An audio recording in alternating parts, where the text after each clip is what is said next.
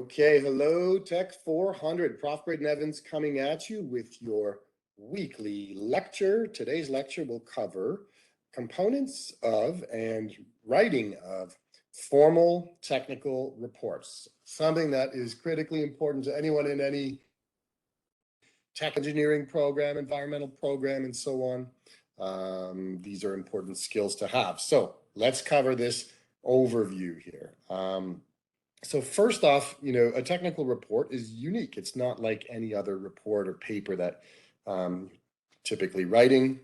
You have specific structure and components that you need to cover in a report like this one. All right. Typically, you'll have a standardized format in the way of how the content is organized as well. And we'll go over that today when we look at the different components and kind of how they're laid out. The advantage of this is that they're done in this sort of predictable way, right? So as a reader, consumer, user of technical reports and information, it's obviously, something that we become very familiar with, right? So it's like having a formula for how to do this sort of thing. Now, every organization is going to have a formula that is a little bit different, but we'll cover kind of the high level guidelines for this. All right. So let's remember that we're typically reading, as a consumer of a report, as a reader, as the audience, typically reading a report quite quickly. Okay. And so you think of maybe a senior manager that you're preparing a report for, right? They've got a whole bunch of reports to look at and different people to deal with. And so they need to be able to process that information quickly and efficiently, right? And so a standard format is kind of like, being in your own neighborhood. You know where you're going and you know the quickest way to find the information you're looking for. And that's why we sort of structure our reports in the way that we do. Okay, so, one day you're going to graduate from Seneca, you're going to go off and do some wonderful, interesting work. And, you're going to join an organization that'll have its own formula. It's going to be similar to what we cover in our academics and similar to what lots of other organizations use, but recognize that, each organization is going to have its own language, culture, and ultimately sort of structure for report writing. All right. Now, typically, particularly if you're an outside agent, right? If you're a contracted person, you're going to start out with a letter of transmittal. Okay, it's like a cover letter for your report. You can almost like attach it outside of the main report. Kind of attach it with a paper clip, and it's really, an address, right, where you're addressing the person that has hired you to do this work. So herein, this is what I am including in this report. This is what we agreed to do. Here, I'm meeting your deadline, your timing, right? Just kind of like the explanation of what it is that you've prepared for them, right? I'm requesting, I like this one here, I'm requesting the funding in the amount of 72 grand, right? Which was the estimated cost we talked about. Wouldn't that be nice if we could charge $72,000 for a report? Well, some organizations charge that and much, much more, okay? Okay, so you're giving basically the context, right? That's what the letter of transmittal is. And then you get to the actual report, right? Starting with the cover page, make it look professional. Try to not use plastic slip covers once you get over like 10 pages, particularly when you get into sort of more professional activities, try to find a way to bind these things, right? Not just a stapled together report. Make it look good, make it look professional, right? And then you're going to move into an abstract behind your cover page. So we know all about abstracts. Today we'll talk a little bit about executive summaries, okay? Which is just another version of an abstract, another way of summarizing your report. Important to understand, some organizations prefer an abstract, some prefer an executive summary. So if you want to look smart and sharp to your new employer, they ask you to prepare a report, you can say, hey, how do you like the report summarized at the front? Would you rather have it summarized in abstract form, or do you typically use executive summaries? Ooh, you'll impress them. They'll say, okay, this person was thinking, they paid attention in technical communications, right? All right, so we know a descriptive abstract is a very, very, very basic summary from start to end, right? One paragraph maximum. An executive summary is more detailed. It provides more explanation, right?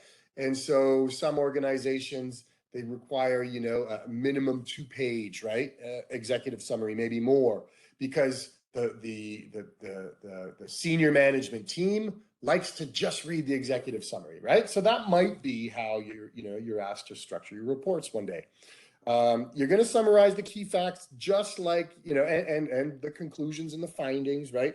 Just like you would in an abstract, but you're going to give a lot more detail, a little, more context on all of the main points, right? And in this case, we're talking about, preparing a summary that is about 10% of the length, of your entire report, right? That said, you probably don't want to go over a couple of pages. That's a good rule of thumb. So if you get to a 2-page executive summary, that's probably enough, okay?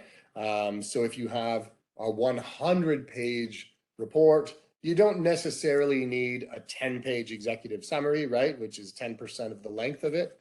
Once you get past, a 20-page report, try to cut it down. Now, sometimes you'll go over 2 pages if it's a real long and detailed report, but kind of use that as a rule of thumb. Remember, it's like a map, right? It's the idea is you're trying to prepare, the reader for what's inside, and then the reader can make the decision: do I need to read what's inside, or can I read the executive summary and understand what I need, right? Then we move into the table of contents. So we spent some time on this, right? Talking about automatic table of contents and its usefulness. Don't underestimate this. Some people look at it as a formality. No, it's your map for your whole paper, right? There are some managers that won't even read the executive summary. They'll go straight to this and they'll say, okay, where's the graph on, this, this analysis, or where's the data for this? So you really want to have nicely organized, accurate, and well laid out table of contents. Thankfully, you guys have taken technical communications, so you're comfortable with preparing one in Word. You know how to do an automatic one, which is so important to make sure things are accurate as they continue to move around, right?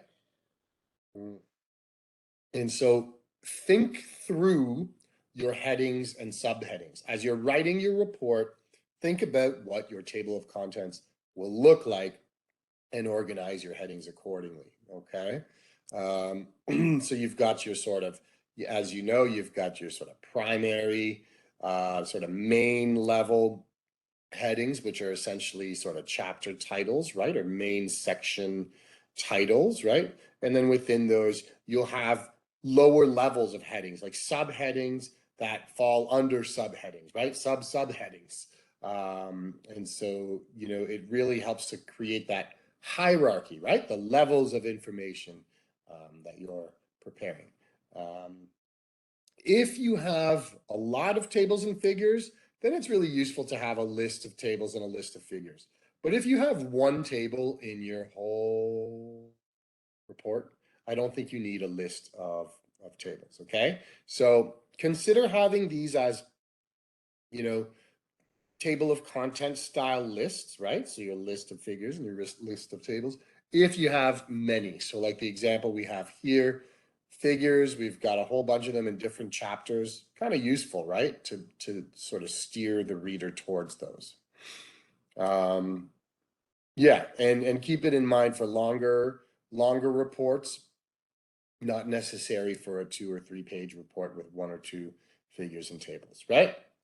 Okay, now the introduction. This is one of our unfortunately underrated, right? Underestimated kind of important pieces here. You're setting the context, right? It's not just dumping a whole bunch of background information in like you're doing a paper in a first semester course, right? In a technical report, it should really sort of set up what is in your paper, right? So you're actually talking about what you're going to write about here. And, you know, we chronically, habitually sort of underestimate the value of this, okay? And so think of it as you're introducing your report rather than like introducing your subject or your topic, you know? It's not just a background dump. That you should probably have some background in there, right? To give context and prepare the reader accordingly. But it should be about, you know, what the report is going to be about. Why did you write it? Like there's a problem you're addressing, obviously, right? You don't write a report just for fun, right? So you're addressing a question, a concern, an issue, a problem. You're targeting a specific audience, right? Where our technical reports are very purposeful, right? They're designed to give information to someone in particular. So you can say that, right? Who's this thing written for? What are the main contents of the report? Like, what are the main points, right?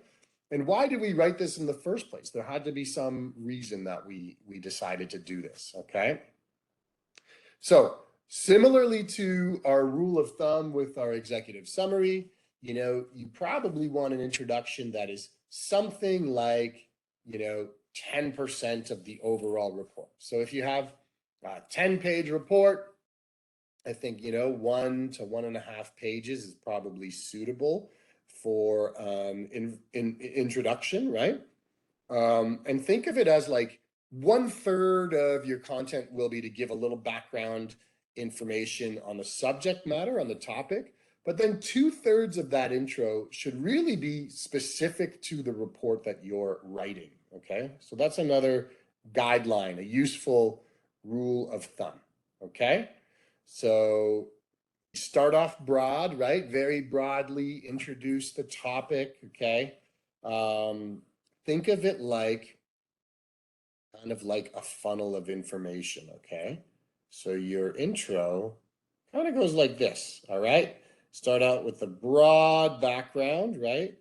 And then get more and more specific and narrow as your introduction develops, okay? So you start out, let me think of an example. Maybe we're talking about, you know, something having to do with electric cars, right? Let's just say our report is on the economic feasibility of electric cars in the Canadian marketplace, because we're, you know, we're an automaker and we want to look at whether it's worthwhile to build some of these cars for Canada, right? So you can start off with something broad, climate change, the need for the development of electric cars, right? The market for it, there's consumer interest, there's political will, there's lots of support for electric cars because climate change and so on, right? Very broad, right? But then you've got to bring it in, right? So slowly you're getting more and more specific about, you know, some of the limitations of electric cars, some of the challenges relating to cost and so on, the Canadian climate, what that's like. So you get real specific about, well, this report is really going to focus on evaluating the feasibility of, you know, these electric cars in a cold climate like Canada. We're going to look at the costs and dollars and cents, right? Okay, so hopefully that example makes sense for you. You can start big, but quickly become more specific, talk about specifically the report that you are writing. Okay, so get into that. Okay, you should really be explicit in your introduction about like who this report is targeted to, right? Who's the intended audience? Who's the reader that that you're really writing this thing for, okay? So in this example I have here, experienced technicians trained on the HAL 6000, right? Maybe it's somebody with some level of expertise in a programming language, right? Like you should really say this, because if I don't know anything about a programming language and your report's all about a programming language, well, I'm going to have a hard time understanding what's going on, right? So really try to be explicit with that.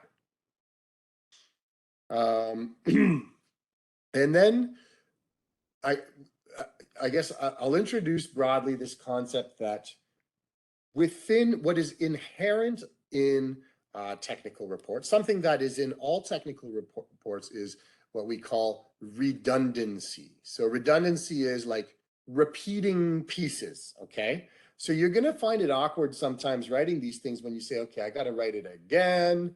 I already wrote this in the introduction. Now I've got a section introduction. Well, the point is we don't read, the users of technical reports don't read technical reports like you would read a romance novel, right? We don't read it from start to finish. And we jump around from section to section, okay? And so you're going to have your main introduction for sure, which is going to be comprehensive and broad. But each individual section of the report will also have its own introduction. So that if I'm, say, manager of costing and expenses, right? I might just read the chapter on costing and expenses. I won't read the whole report. And so you should have some introductory information at the beginning of that chapter, okay? So as a writer, this is a part that gets a little bit annoying and frustrating sometimes, is that, we're repeating ourselves, right? You're saying, okay, I'm introducing the report, and then I'm introducing this chapter, and then I'm introducing the next chapter. But there's a method to the madness. There's a reason for it. And the reason is that the users of the information need it presented that way, okay? So think about redundancy, repeating yourself sometimes, having the same information show up at different parts, okay? So you have your main introduction, and then you'll have your section introductions. Okay, some general sort of tips, checklist sort of notes. Avoid just background info, okay? You should have some background just to set the stage, set the context, but minimize it, right? It's not about, you're not the, in my example of electric cars, you're not reading this report to learn about electric cars. You're reading the report to learn about their feasibility economically in the Canadian marketplace, okay? Get to the point early, get to your topic early, okay? Let people know what this thing's about. Address your audience and their background. When you also want to really frame the scope of it. So this is an important point. So if I'm telling you that I'm writing about electric cars in the Canadian marketplace, I also want to make sure I'm clear that this does not apply to California and Arizona and southern climates in the US, right? Because I'm talking about something relating to a cold climate. So appropriately framing and scoping your report involves saying, what is included there in the report, but also what is not included, what is not being addressed, okay? All right, so that's our intro with some general guidelines. So let's get into the body. And the body, I mean, the meat of it, where we're gonna have all of our various kind of content sections, right? All right, so you're going to organize it with headings, right? Really important. More important than in an essay or other forms of writing. Using headings that are numbered, bulleted, are really important, okay? You want to make sure you're using headings for primary topics, but also for subtopics, right? It's important. The writing can get so dense in technical reports that it's important that we shouldn't waste our time and brain power, right? Just kind of reading through sections that we're not interested in reading. So really getting as specific as possible to help steer the reader, okay? And it's a great way to help you organize the way you write it too, right? So if you have an outline, a skeleton of all of your headings, it'll help you kind of fill in these different sections that you're looking to address, okay? Think about the reader when you're designing your report and the headings and how they're sort of structured and organized. Okay, so first level headings, think of like chapter level headings, right? It's going to be all capitalized, right? This is like for a big report, obviously. We're talking about, a report. If a report is worthy of chapters, we're talking about something with some size to it, right? Maybe 30, 40, 50, 100 pages, right? So your first level heading is your chapter level heading, all capitalized. You know, if you're using numbers, use Roman numerals. The whole thing should be bolded, centered on the page. And anytime you have this, you're going to start a new page, okay?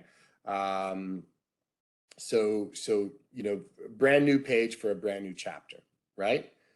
Now, second level headings, okay? This is more appropriate, you know, to use as a main heading in a smaller report. If you have a 5-page report, right? You don't need chapter 1 on page 2 of your report, right? You're going to use smaller second level headings. It just fits with the paper better, right? And so in this case, you have what's called headline style caps. Okay, so you're capitalizing, you know, the beginning of important words. Okay, you can use bold.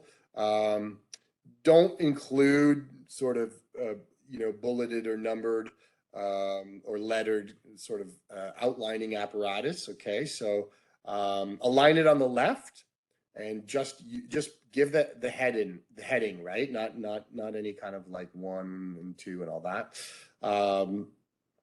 And then yeah, you can leave a little bit of space before, like if you're jumping from one section to the next, you could leave a few blank lines, right? And then one blank line after. So it really makes it clear sort of this is a new section of our paper here, right? Or 2 blank lines above and 1 below. All right, it shows you what is attached to what, right? Now, third level headings are lower level headings. They run, you know, straight into the paragraph that they're introducing. So here you use sentence style caps, which means only the first word of the heading has a capital. You can bold them and then end them with a period, right? And then the paragraph continues from there. So it's like the first sentence of your paragraph is this third level heading that is bolded, okay? All right, now, with so much information, technical, complex information that we have in technical reports, it's important to use lists. We're trying to organize things, right? Bullets and numbers, and this sort of vertical point form listing of information can really help us kind of follow along, because you can imagine if you have 15 points to cover, if they were all integrated in you know, paragraph form, it would make for some clumsy reading. It would be challenging to you know, try to read through that. So lists are really useful to kind of simplify and break up, you know, long sequences of complex information, okay? It also makes it sort of jump out, right? So if you have some step-by-step instructions that are included, boom, have it as a numbered list, a sequence, right? 1, 2, 3, 4, 5. And it's so much easier to pick out from that dense paragraph style text in a report, right? Think of the ease that you're creating for the reader. That's really what it's all about, okay? Okay, conclusions. Similarly to our introductions, our conclusions are sort of underestimated and underrated in their importance, okay? It's not just summarizing and wrapping up, okay? There's really, I guess, 2 different, you know, models, right? 2 different ways to present your conclusion. You can have a comprehensive summary of your paper, but you can also have what we call a true conclusion, right? Which is you're leading up to this, to finding an answer, right? In your report, throughout your paper, you're sort of presenting this problem, this issue, this methodology, these ideas, and then it's the conclusion paragraph where you'll actually arrive at a conclusion, okay? So let's contrast these 2 different approaches. So a summary style conclusion is like a wrap up, right?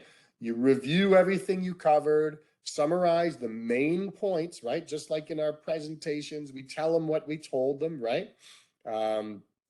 It's a real opportunity to kind of pull in just the most critical information and give a good sort of wrap up of what was included and make sure they're aware of, you know, those key points, the most important things.